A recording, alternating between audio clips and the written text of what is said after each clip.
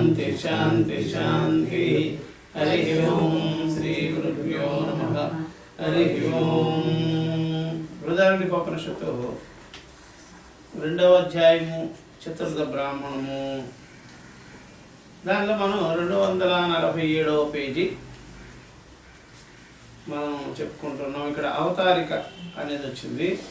అത്ര ఇదం సర్వం యదయమాత్మ. బృహదారణ్యకం 2:4-6 ఇది ప్రతిజ్ఞాతం.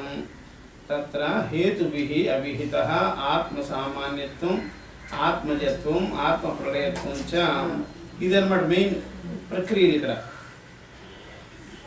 ఇది శృతి చేసినటువంటి ప్రక్రియలు. ఆత్మ సామాన్యత్వం, ఆత్మజత్వం, ఆత్మ ప్రళయత్వం, ఈ 3 ఉంటాయి దీంట్లో. అంటే ఆత్మ తప్ప రెండవది లేదు. ఆత్మజత్వం, ఆత్మ నుండి అన్నీ పుట్టాయి. చివరికి ఆత్మ ఏంది అన్నీ విలీనమవుతున్నాయి. అంటే వ్యక్త అవ్యక్తములు రెండు కూడా ఆత్మ సామాన్యత్వమే. ఆత్మే వ్యక్తంగానే అవ్యక్తంగానే చెప్పేదానికి ఈ ప్రక్రియ వచ్చిందమ్మ దీంట్లో. అది చెప్తున్నప్పుడు తత్ర ఇదం సర్వం అని. ఆ సందర్భమునందు ఈ సర్వం ఏదైతే గలదో ఇది ఆత్మయే అని వచ్చింది. ఇదంతా ఏదైతే ఉందో, ఏ నామరూపాలు ఎతికించుతూ కూడా అదంతా కలిపి ఆత్మ కంటే అన్యమైనదిగానే కాదు. దేర్ఫోర్ ఆత్మే. ఆత్మే మీన్స్ అంటే మన స్వరూపమే, మన అనుభవమే, మన సత్తానే. మనం ఏదైతే ఉన్నామో అది అది ఏదైతే ఉన్నామో అని నామరూపాలు చూడకూడదు. మన ఉనికి. కొండని చూసి కొండే అనుకుంటే ఎట్లాగా మట్టి అని తెలుసుకోవాలి కదా. ఆభరణాన్ని ఆభరణమే అనుకోకూడదు. అలాగే మన యొక్క ఉపాధి, శరీరేంద్రియాల ఉపాధి ఇంతే నేను అని అనుకోకూడదు. ఇదంతా ఏమిటి అని విచారం చేస్తే పంచభూతాలు. పంచభూతాలు అంటే ఏమిటి అని చూస్తే చైతన్యము, శుద్ధ చైతన్యమే. అదే ఇదంతా. కాబట్టి ఈ ప్రకారంగా ఉనికిని విచారించే పద్ధతి అన్నమాట. అది వ్యక్తమైనా అదే, అవ్యక్తంగా ఉన్నా ఇదే ఆత్మే. ఇది ఆత్మయే అనేది ప్రతిజ్ఞావాక్యము, సిద్ధాంత వచనం. ప్రతిజ్ఞ అంటే సిద్ధాంతం. ఏ మాట చెప్తే ఆ మాట వెనక్కి తీసుకోకుండా దాన్ని ప్రతిపాదన చేయాలి. దానిని సమర్థిస్తూ ప్రతిజ్ఞావాక్యాన్ని ప్రూఫ్ చేయాలి కదా. సమర్థిస్తూ జగత్తులోని నామరూపములన్నింటి యొక్క వాస్తవ స్వరూపము సమానముగా ఆత్మయే అయి ఉండుట. ఏవేవి నామరూపాలు మనం చూస్తున్నాం జగత్తులో, అదంతా కూడా ఆత్మే. నామరూపాత్మక జగత్తు నామరూపాలతోనే గోచరం అవుతుంది. మన పేర్లు, రూపాలు, రూపాలను బట్టి పేర్లు, పేర్లను బట్టి రూపాలు. ఈజ్ఈక్వల్ టు పేర్లే. ఇది ఈజ్ఈక్వల్ టు పేర్లే. అంటే పేర్లే జగత్తు, మరొకటి కాదు. నామరూపాత్మక జగత్తు ఆత్మ నుండి ప్రకటమవుట, ఆత్మ నుండే ప్రకటమవుతాయి. ఆత్మ ఎందే విలీనమవుట అనే హేతువులు చెప్పబడినది. అవునా, ఈ నామరూపాత్మకమైన జగత్తు ఆత్మే అని అర్థం. జగత్తు సృష్టి స్థితి లయముల యందు చైతన్య ఘనముకు ఆత్మ కంటే భిన్నముగా లేదు. సృష్టి కానీ ఆత్మే, స్థితి కానీ ఆత్మే, లయం కానీ ఆత్మే, అది కూడా ఆత్మే. చనిపోవడం అనేది కూడా ఆత్మే. అది బతకడం అనేది ఎలా ఆత్మో, పుట్టడం అనేది ఎలా ఆత్మో, చనిపోవడం అనేది కూడా ఆత్మే. దాంట్లో ఏమి దాంట్లో విరుద్ధం ఏమిలే. చెట్టుని మనం ఎలా పెంచుతామో చెట్టుని ఆ విధంగానే కొట్టేస్తాం. ఇష్టంతో పెంచుతాం, ఇష్టంగా కొట్టేస్తాం. ఎందుకని అది మనకి డబ్బు కావాలనే కదా. అట్లా వేరే ఉద్దేశంతో కాదు కదా చేసింది. ఏదైనా అంతే. ప్రజ్ఞానము అభివ్యక్త చైతన్యము. ప్రజ్ఞానం అంటే వ్యక్తమైన చైతన్యం. అంటే ఇంద్రియాలుగా, మనసుగా, తలంపులుగా, సంకల్పాలుగా వ్యక్తమైన చైతన్యం ప్రజ్ఞానం అంటే. అదంతా బ్రహ్మే. దేర్ఫోర్ ప్రజ్ఞానం బ్రహ్మ అని ఉంటుంది. ఐత్రేయ ఉపనిషత్తులో ప్రజ్ఞానం బ్రహ్మ. అని శృతి ప్రతిజ్ఞావచనమును యుక్తులతో సిద్ధింపజేసినది. ప్రజ్ఞానం బ్రహ్మ అన్నప్పుడు వ్యక్తము బ్రహ్మమే, అవ్యక్తము బ్రహ్మమే, నామరూపాలు బ్రహ్మమే, సృష్టి బ్రహ్మమే, స్థితి బ్రహ్మమే, లయము బ్రహ్మమే, నానా విధాలుగా ఉండడం అంతా కూడా బ్రహ్మం కంటే అన్యంగా వేరేది ఏదైనా కావచ్చు జగత్తులో, అన్నీ కలిపి ప్రజ్ఞానం బ్రహ్మమే అని శృతి ప్రతిజ్ఞావచనము యుక్తులతో సిద్ధింపజేసినది. ఈ ప్రళయము స్వాభావిక కార్య జగత్తు చూసినారా. అందుకనే వేదంలో అన్లిమిట్ విషయాలే ఉంటాయి కానీ లిమిట్ విషయాలు ఉండవు. లిమిట్ విషయాలు అనుకోండి, నువ్వు వేరు నేను వేరు అని చెప్తుంది. అన్లిమిట్ విషయాలు ఏమిటి, అన్నీ కలిపేసేసుకొని దీనికంటే అన్ని మీరు చూడలేరు అని చెప్పేస్తుంది. అట్లా అందుకని నామము, రూపము, వ్యక్తము, అవ్యక్తము, చరాచరాలన్నీ కూడా ప్రజ్ఞానం కంటే వేరుగా లేదు అని అన్నప్పుడు ప్రజ్ఞానమే ఇదంతా అని చెప్పేసి ఇంకా తీసి పారేసేది ఏమీ ఉండదు అని శృతి ప్రతిజ్ఞావచనము యుక్తులతో సిద్ధింపజేసింది. ఈ ప్రళయమును స్వాభావిక కార్య జగత్తు కారణము ప్రకృతి యందు విలీనమగుట. ప్రళయం అని పౌరాణికులు చెప్పారు. పౌరాణికులు కూడా ఇలా మాట్లాడుకుంటారు. ఈ కార్య జగత్ అంతా కూడా కారణమైనటువంటి ప్రళయంలోకి చేరిపోద్ది. అందువల్ల ప్రళయము ఎవరికి ఇబ్బందికరం కాదు. ఎందుకని కార్యరూపంగా ఉండేవన్నీ ఏమైంది కారణంగా ఉంది. అందుకనే ఏ విషయం అని అంతే, ఏది వ్యక్తమైందో అదంతా అవ్యక్తంలో చేరుకోవడం తప్పమేమి కానే కాదు. భూమిలోకి చేరుకుంటే ఏమిటి, భూమి నీళ్ళలోకి చేరుకుంటే ఏమిటి, నీళ్లు వాయువులోకి అగ్నిలోకి చేరుకుంటే ఏమిటి, అగ్ని వాయువులోకి చేరుకుంటే ఏమిటి, ఆ వాయువు ఆకాశముగా మిగిలితే ఏమిటి, ఒకటే. కాబట్టి ఈ ప్రళయమును స్వాభావికమైనటువంటి ప్రళయం అని, స్వాభావికం అంటే ఉన్నదే, అది ప్రకృతి లయం అవ్వడం అనేది కరెక్టే అని పౌరాణికులు కూడా ఒప్పుకుంటారు చెప్పారు. దీనికి భిన్నముగా బ్రహ్మవేత్తల యొక్క బ్రహ్మజ్ఞానము కారణముగా బుద్ధిపూర్వకమైన జన్మాదులకు హేతువుకు అజ్ఞానమును జ్ఞానం చే నశింపజేయుట ప్రళయం ఏది కలదో దానిని ఆత్యంతిక ప్రళయం అని చెప్పారు. తిరిగి జన్మ లేదు. వాళ్ళకి స్వాభావికం అంటే ఏంటంటే పుట్టడం స్వాభావికమే, అంటే వ్యవహారంలో అది ఎవరైనా ఒప్పుకుంటారు అంటారు.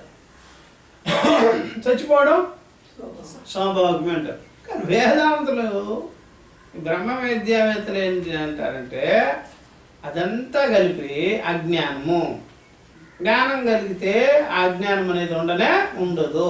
దీన్ని ఆత్యంతిక ప్రళయం అంటారు. జ్ఞానంతో ప్రళయం అర్థమైందా. కొండ పడితే కొండ పోయింది అంటారు. వీళ్ళు ఏం లేదు, మట్టే ఉన్నదా కొండ లేదురా అని చెప్పేస్తారు వేదాంతులు.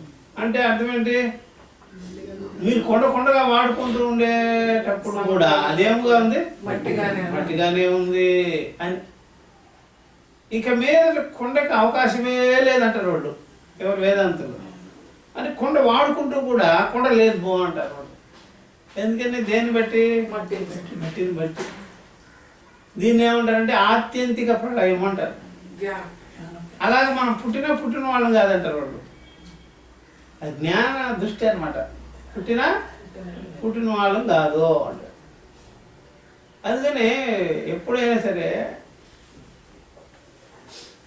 పాత ఇల్లుని ఎవడైనా కొన్నాడంటే స్థలం కొన్నాడని అర్థం.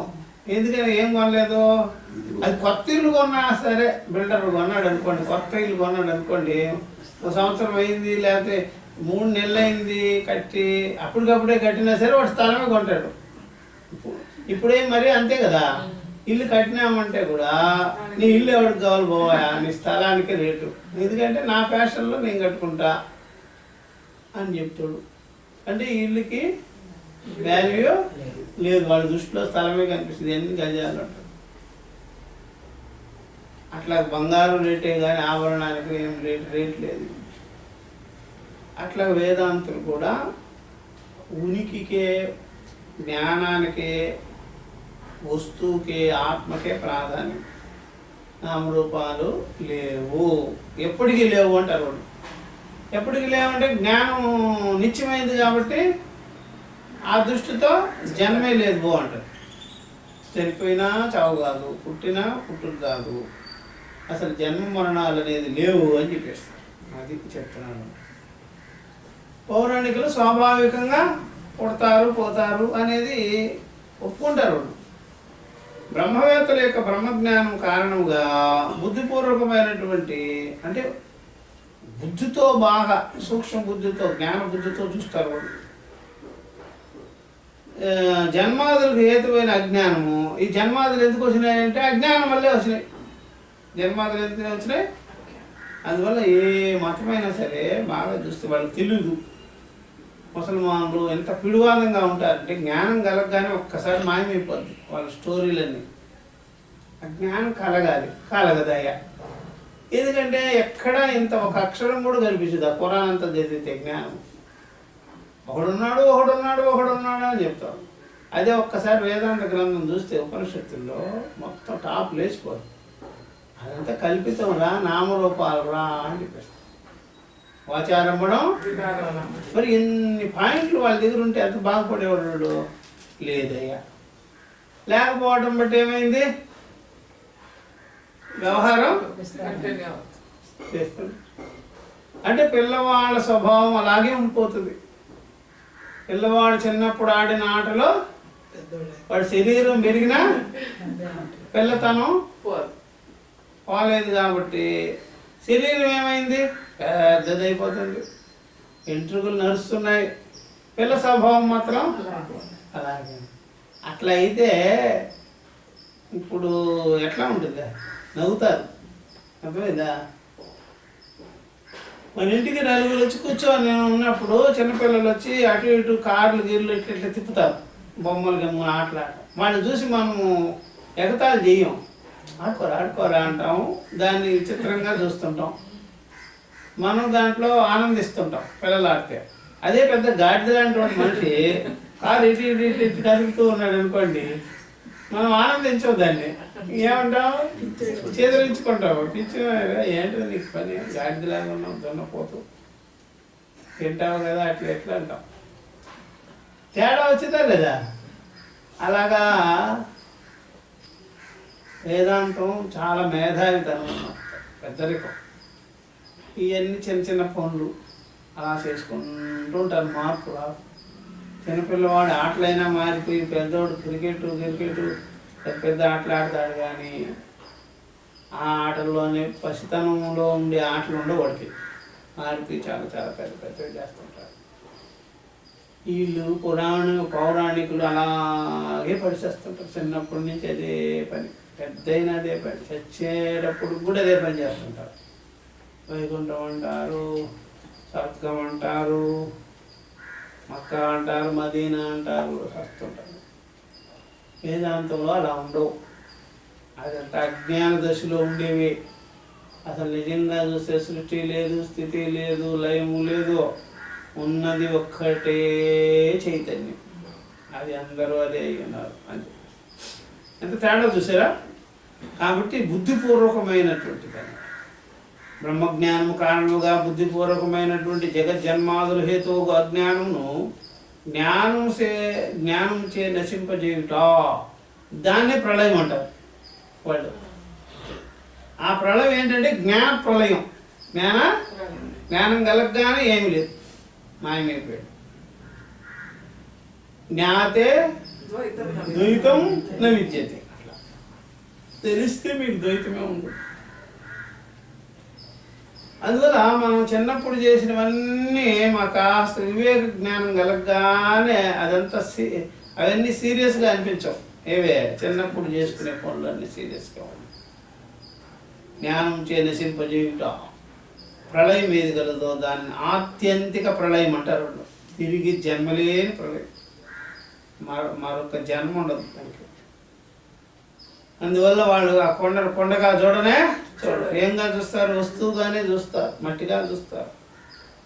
ప్రళయం అని చెప్పారు. అజ్ఞాన నాశము చే కలిగే ప్రళయం ఏది కలదో అదే అస్సలైనది. అజ్ఞానం నశించడమే మహాప్రళయము, మళ్ళా తిరిగిరాని ప్రళయం. వీళ్ళకి ప్రళయం జరిగిందనుకోండి, పౌరాణికులు మళ్ళీ మళ్ళీ బీజం వస్తుంది, మళ్ళీ మొక్క వస్తుంది అంటుంటారు. రాదు మనకి. ఒకసారి ఈ జీవితంలో మనకి జ్ఞానం కలిగిందంటే ఇప్పుడు కూడా బతికిన వాళ్ళం కాదు, మనం సాక్షిగా ఉన్నాము. ఈ శరీరం పడిపోయినా సరే మనం చావు లేని వాళ్ళం, సాక్షిగానే ఉన్నాము.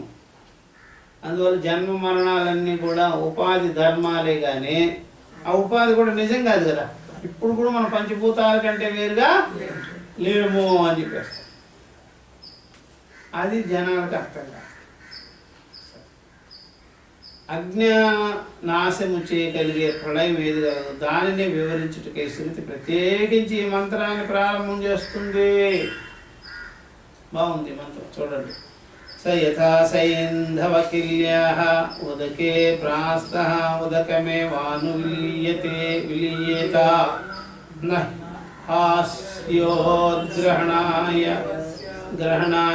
స్యాత్ యతో యతః త్వత్ అధీత లవణమేవ ఏవం వా అర ఇదం మహద్భూతం అనంతం అపారం విజ్ఞానఘనః ఏవ. ఉప్పు దృష్టాంతం ఇచ్చింది, సైంధవ లవణ దృష్టాంతం. సైంధవ రాయి ఉంటుంది కదా, రాతి ఉప్పు, అది నీళ్ళల్లో వేసినట్లయితే ఏమవుద్ది? కరిగిపోతుంది. చూసారా, నీటి ఉప్పుగానే ఉండిపోతుంది అని చెప్తారు కదా. ఆ దృష్టాంతం ఇచ్చి చెప్తున్నారు అనమాట. అది ఎట్లనగా నీటిలో వేయబడిన ఉప్పు స్ఫటికము, ఉప్పు స్ఫటికం అంటే ఉప్పురాయి, నీటి వెంటనే కరిగిపోను. నీటిలో నీరు మాత్రంగా మిగిలిపోద్ది, నీరు రూపంలో మిగిలిపోద్ది. దాని నీటి నుండి పైకి తీయటకు ఎవడైనా సమర్థుడుగాడు. నేను చూద్దాం, వేసిన ఉప్పు రాయిని మళ్ళీ తీసుకునేదానికి వీలు పడితే కరిగిపోయింది. అది ఏ చెట్టు నుండి తీసినను, పైనుంచిది, కింద నుంచిది, అటు నుంచిది, ఇటు నుంచిది, కెలుకు బాగా. చూసారా, ఒక టీ ఫిల్టర్ పెట్టుకొని దాంట్లో నుంచి కెలుకు ఏమి రాదు. చూసినారా, ఏమి రాదు. తీసినను నీరు ఉప్పుగానే ఉండును కానీ రాయి మాత్రం కనిపించదు. ఓ మైత్రేయి, ఈ దృష్టాంతం వాడి మైత్రేయి చెప్తున్నాడు తన భార్యకి. ఓ మైత్రేయి, ఇదే విధముగా ఈ మహాభూతము అనంత సత్తు అగు పరమాత్మ అనంతము. ఈ మహాభూతము అనంతము, అనంతము అనగానే అంతము లేని అనంత సత్ అనమాట. అనంత సత్, సత్స్వరూపం. సత్ అనగానే చైతన్యము అంటాం. ఈ మహాభూతము అనంతము అపారము అవు విజ్ఞాన ఘనము మాత్రమే. ఈ నేను అనేవాడు, ఈ మహాభూతం అనగానే నేననే ఆత్మ అనంతమైనది, అపారమైనది, విజ్ఞాన ఘనమే. విజ్ఞాన ఘనమే, రెండవది లేదు. అది ఎందుకు చెప్పారు అక్కడ? నామరూపాలే దీనిలో లేనే లేవు అని దృష్టాంతం ఇచ్చి చెప్పినారు. ఇది భాష్యం చూసుకోండి సార్. ఇది జ్ఞాన ప్రళయం అంటారు దీన్ని. ఎప్పుడు జ్ఞానం కలుగుతుందో ఉన్నదే ఆత్మ, ఉన్నదే సత్తు అని మనకి ఎప్పుడైతే అర్థమవుతుందో అప్పుడు సత్తును వదిలిపెట్టి ఏమీ లేనే లేవు. ఇది తెలిస్తే ప్రపంచానికి చాలా బాగా జీవిస్తారు. ఇప్పుడు మన దగ్గర ఉందా లేదా? ఇదే అదే ఎవడో మాని ముట్టి కింద ధనధాన్యాలన్నీ పెట్టుకొని వాడు దరిద్రాన్ని అనుభవిస్తాడట. వాడు దరిద్రాన్ని, ఒక నిధి శాస్త్రం తెలిసిన వాడు ఎవడో వస్తే దరిద్రం అనగానే వాడు ఆశ్చర్యపోతాడు. ఎందుకు దరిద్రమే, నీ ఇంట్లో చాలా ఉన్నట్టుగా ఉంది అని తవ్వి చూస్తే దాంట్లో వీడు దరిద్రం అనిపించాడే లేదా? అట్లాగా ఈ ప్రపంచంలో మనిషి ఇట్లాంటివి తెలుసుకున్నాడు అనుకోండి, గొడవలు, గందరగోళాలు, మతాలు, రాగద్వేషాలు ఏ ఉండకుండా అందరూ చక్కగా జీవించుకోవచ్చు కదా. ఆయన ముందుగా ఈ ఏకత్వాన్ని తెలుసుకోరు. అదే వచ్చిందంట. ఎప్పుడు తెలుసుకోరు వాళ్ళు? నామరూపాలుగా ఉండగా మాత్రం భేదాన్ని అంగీకరిస్తారు. చచ్చిన తర్వాత ఇద్దరిని ఒక చోట పూడ్చినా ఏమనిపిస్తుంది? చచ్చిన తర్వాత ఎవరికి కావాలి జీవితం? చచ్చిన తర్వాత మాత్రం ఒకటే చోట పూర్తి చేసేయచ్చు. బతికున్నప్పుడు మాత్రం అసలు అంగీకరండి. అట్లా ఈ జ్ఞానం కలిగితే ఎంతో బాగుంటుంది. బాగుండాలని లేదుగా జనాలకి, బాగా ఉండాలని జనానికి ఉండదు కదా, వెళ్ళిపోవాలని ఉంటుంది. కాబట్టి జీవితకాలంలో వాడు చెడిపోయే మార్గమే ఎన్నుకుంటారు, కానీ బాగుండే మార్గం ఎందుకు ఎన్నుకుంటారు? అట్లా చేస్తున్నారు భూమి అంతా. రకరకాల గొడవలు, రకరకాలు భేదాలు. మనుషులు అంటే పడదు, కొట్టుకుంటారు, చస్తారు. ఇట్లా కాబట్టి ఉత్పత్తి బాగా జరుగుతుంది కాబట్టి ఇలా జరుగుతుంది గొడవ కూడా. పుట్టిస్తుంటే చచ్చేవాళ్ళు చస్తూ ఉంటే కొట్లాడుకుంటుంటే. ఒకే బ్యాచ్ అనుకోండి, ఖాళీ అయిపోద్ది భూమి అంతా. ఒకే బ్యాచ్ కాదు కదా, వేరు లక్షల బ్యాచ్లుగా వస్తుండే ఫ్యాక్టరీ నుంచి. ఈ ఫ్యాక్టరీ మాత్రం దీనికి ఈ ఫ్యాక్టరీ జరుగుతూనే నిరంతరం బీజాంకుర న్యాయము కంటిన్యూగా భలే జరుగుతుంటుంది, కిందకి పైకి. అందుకని జనాలకి అనిపించటంలా చంపేసినా పర్వాలేదులేండి, మళ్ళీ పుడుతూనే ఉంటారు. అట్లా అందుకని యుద్ధాల్లో ఎప్పుడు చూసిన మనుషులు చస్తూనే ఉంటారు. జన నష్టం అనే మాట ఏం పనిచేయవు. అందుకనే మేము ప్రింటింగ్ చేయలేము, డబ్బులు ప్రింటింగ్ చేయలేము, ఈసారితో ఆపేస్తారు, కానీ మనుషులు ప్రింటింగ్ చేయలేమని ఎక్కడ అనేది. అందుకని మనకి అర్థం కావడం. ప్రపంచము బ్రహ్మలో విలీనమొగుట అనే ఈ విషయమునందు, ఈ జగత్ బ్రహ్మము ఎందు విలీనమొగుట అనేటువంటి విషయంలో పౌరాణికులు ఎలా చెప్తారు, వేదాంతులు ఎలా చెప్తారు? పౌరాణికులు అంటే ద్వైతులు. అది ఏదైనా కావచ్చు, బైబిల్ కావచ్చు, ఖురాన్ కావచ్చు, పురాణాలు కావచ్చు. వాళ్ళు ఎలా చెప్తారు, వీళ్ళు ఎలా చెప్తారు అనే దాని గురించి అన్నమాట. చూసినారా? అనే దృష్టాంతం ప్రతిపాదించబడుచున్నది. సైంధవ ఖల్య శంధనాత్ సింధు, ప్రవహించేది కనుక సింధువు అనగా నీరు అని అర్థం. సింధు నది ఉంది కదా, దాన్ని బట్టి సైంధవం అని వచ్చింది, ఉప్పు నీరు అని. ఉప్పు నీరు అలాగా. సింధు పర్వతం అని ఉంటుంది అనుకోండి, సింధు పర్వతం నుంచి ప్రవహిస్తుంది అది. సింధు పశ్చిమ కనుమల నుంచి ప్రవహిస్తుంది అది. ఆ పేరు కూడా వచ్చింది దానికి, ఉప్పు గడ్డ, ఉప్పు రాయి అని, రాతి ఉప్పు ప్రవహించేది కనుక. అట్లాగా పర్వతాలలో కూడా ఉప్పు గడ్డలు లభిస్తాయి అన్నమాట, పర్వతాల మీద తయారవుతాయి. అది సింధు ప్రవహించేది కనుక సింధు అనగా శంధనాథ్ సింధు, నీరు అనే అర్థము.